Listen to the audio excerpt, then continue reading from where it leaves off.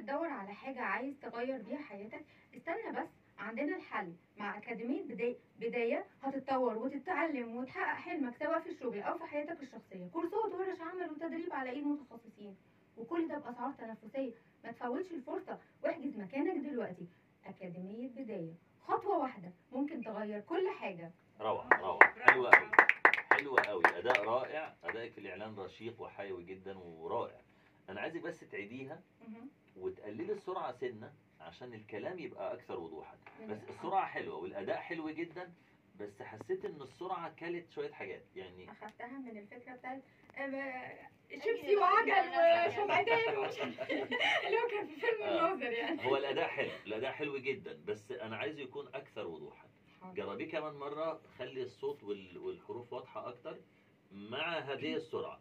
وبرضه ما تنقليش من سرعة، يعني مثلا لو أنت على الأول ما تنقليش للرابع مرة واحدة. خلينا ما بين الأول والتاني، التالت والرابع، يعني النقلات تبقى أبطأ. أنا لقيت إنك بعد مكانك دلوقتي أكاديمية بداية نزلنا من الخامس للأول، فخلي الانتقالات قريبة من بعضها.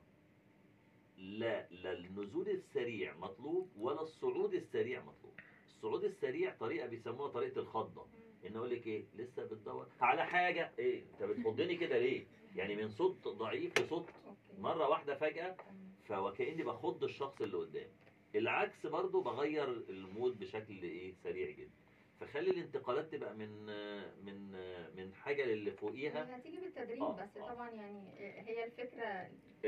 الاداء كان حلو جدا وابداعي، بس عيده لنا تاني زي ما قلت لك، بس هنبطأ سنه صغيره ويبقى اكثر وضوحا.